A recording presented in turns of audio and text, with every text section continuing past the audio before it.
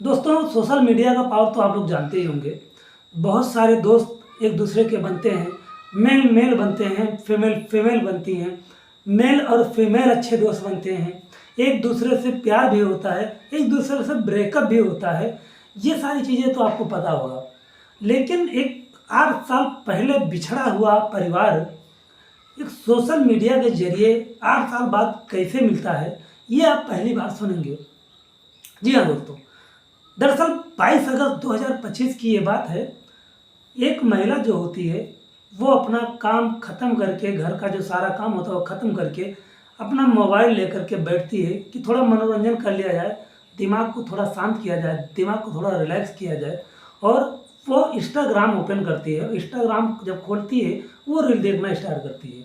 जब वो रील देख रही थी, अचानक उसके सामने एक ऐसी रील आती है जैसे वो देखने के बाद वो चौंक सी जाती है और उसकी निगाहें उसी रील पे टिक जाती है।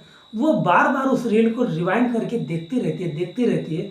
और उसके बाद उस आईडी पे वो महिला जाती है जिस आईडी पे वो रील पड़ी हुई थी, और उस आईडी पे बहुत सारी रील वो देखती है। देखने के बाद उसके घर की है एक महिला होती है, उसके पास जाती है और कहती है, ये देखो, ये आदमी देखो, ये बिल्कुल मेरे पति के जैसा लग रहा है, हो ना हो ये मेरा पति ही होगा। वो महिला जो होती है वो उसको समझाती है, कहती है कि तुम्हारा दिमाग सठिया गया है, तुम्हारा दिमाग डिप्रेशन में है, और तुम्हें पता होना चाहिए कि तुम्हारा पति अब इस दुनिया में नहीं है। लेकिन वो जो महिला होती है वो मानने को तैयार नहीं होती है। वो कहती है, नहीं, ये मेरे पति ही हैं और कोई दूसरा नहीं है। वहाँ से जब उसको कोई रिलीफ नहीं मिलता उस महिला के जरिए, तब नज़दीकी में एक थाना होता है, उस थाने पे वो महिला पहुँचती है और एक सर्किल ऑफिसर से मिलती है जिसका नाम संतोष कुमार सिंह होता है।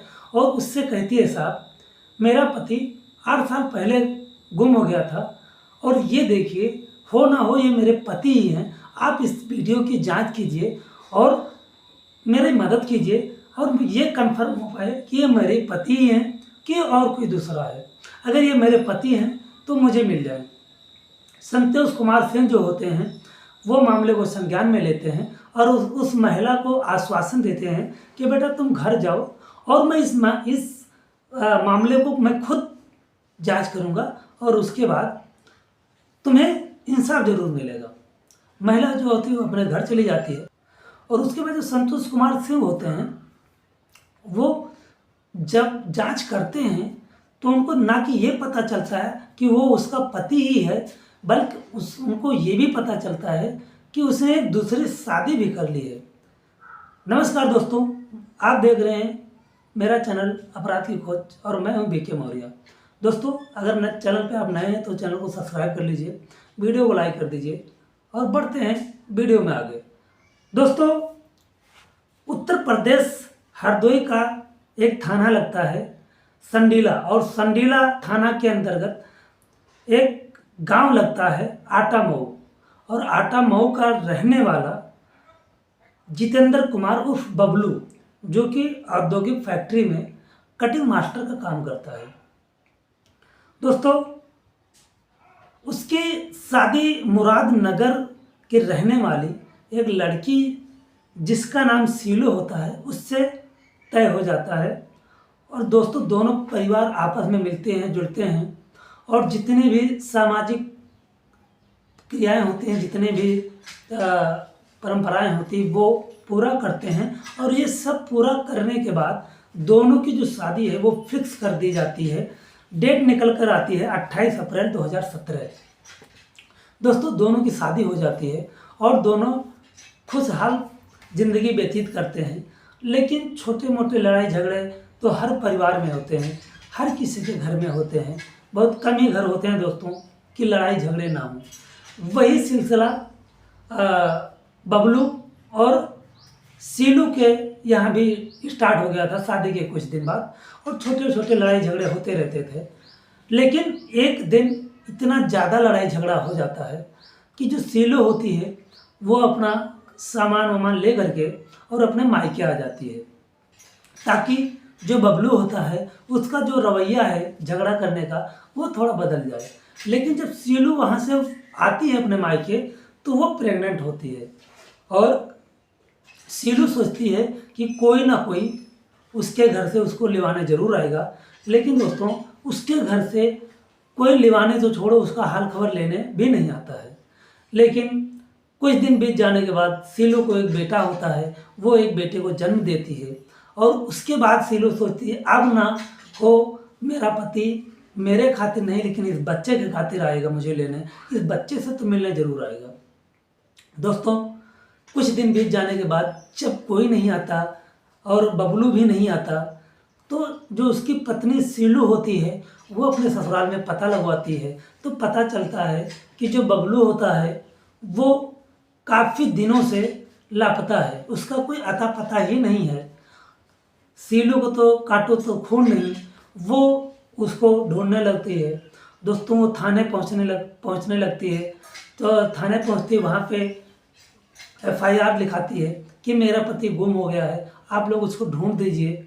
वो थाने जाती रहती है, पुलिस वाले सुनते रहते हैं, लेकिन कोई प्रतिक्रिया पुलिस वालों की तरफ से ऐसा नहीं मिलता जो कि पॉजिटिव हो। थक हार करके जब सीलू परेशान हो जाती है तो वो कचहरी में पहुंचती है, एक वकील से मिलती है और उससे कहती है कि साहब मेरा पति गुम हो गया है और मैं थाने का चक्कर काट काट के परेशान हो गई हूँ, आप मेरी मदद कीजिए ताकि पुलिस वाले मेरी बात को सुने और समझें और मेरे पति को ढूंढ दें। पुलिस वाला क्या करता है, एक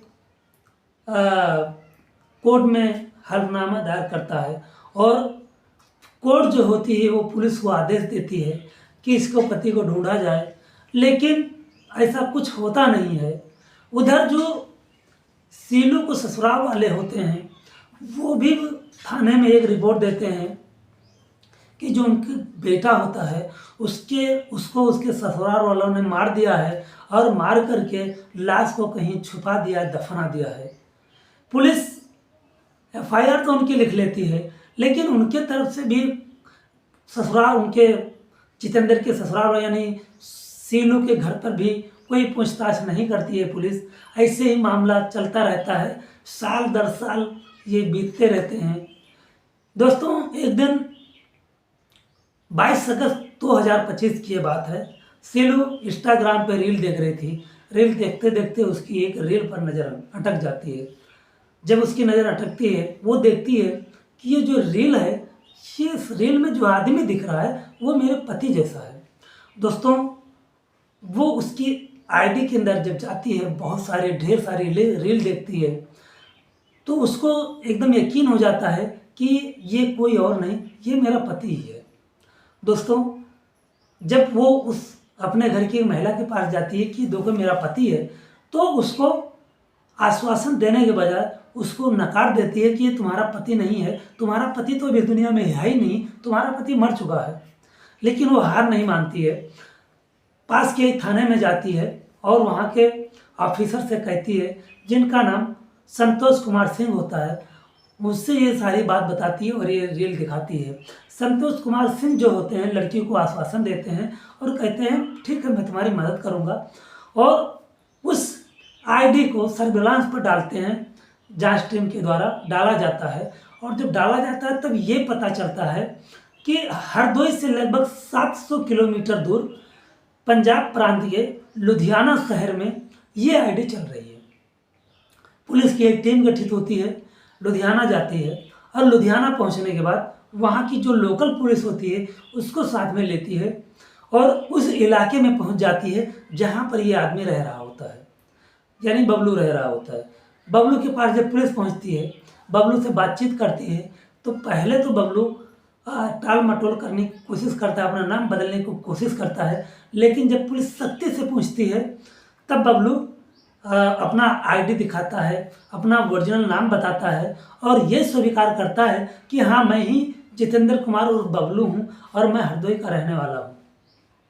पुलिस उसको वहाँ से गिरफ्तार करती है, हरदोई वापस लाती है और यहाँ वापस लाने पर पुलिस जो है जब पूछताछ पूरी तरह से करती है तो वो अपनी पत्नी के ऊपर इल्ज़ाम लगाता है कि जब मैं चला गया था, ये लड़की सीलू जो है वो अपने मायके चली गई थी, तो मैंने इसको बहुत लाने की कोशिश की, इसको घर वापस लाने की कोशिश की, लेकिन इनके घर वाले और खुद सीलू भी मना करती रही कि मैं तुम्हारे साथ नहीं रहूँगी, तुम्हें जो करना है तुम करो, तुम्हें जहाँ जाना है जाओ। और ये लोग ना भेजने की कोशिश किए, ना ये आने की कोशिश की, और मैं थक हार करके मैं छोड़ के चला गया। और वहीं पर शीलू का जो कहना था, उसका कहना था कि जब मैं मायके चली आई तो कभी भी इन्होंने हाल खबर तक नहीं लिया कि तुम ठीक हो या नहीं ठीक हो। यहाँ तक कि मेरा जो बच्चा हुआ उसका भी हाल खबर तक इन्होंने नहीं लिया, ना कि इनके घर वालों ने लिया। और ये मेरे ऊपर झूठा इल्ज़ाम लगा रहे हैं। यहाँ तक कि इनके घर वालों ने मेरे ऊपर ही उल्टा एफआईआर किया था, मेरे घर वालों के ऊपर उल्टा एफआईआर किया था कि मैंने इनको मरवा दिया है, मेरे घर वालों ने इनको मरवा दिया है।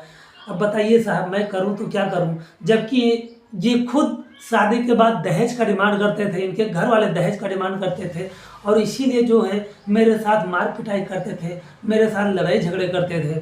और जब मैं विरोध करते थे तो मुझे मारते थे, पीटते थे। और इससे तंग होकर के मैं मायके चली आई थी कि हो ना हो इनका दिमाग थोड़ा ठिकाने आए और फिर कुछ शांत हो जाए, और फिर मैं आऊँगी, फिर शांति से हम लोग रहेंगे।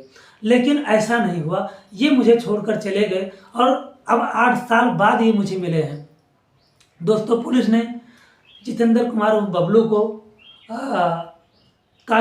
गैर कानूनी तरीके से दूसरी शादी करने के जुर्म में जेल भेज देती है। मामला कोर्ट में चल रहा है और बबलू जो होता है वो जेल में है। दोस्तों, इस कहानी को सुनाने का मेरा मकसद किसी के दिल को ठेस पहुंचाना नहीं, किसी की भावनाओं को आहत करना नहीं, बल्कि आपको सतर्क और जागरूक करना है कि आप कभी ऐसा अपने परिवार के साथ में ना करें, अपने किसी रिलेटिव में ऐसा ना होने दें।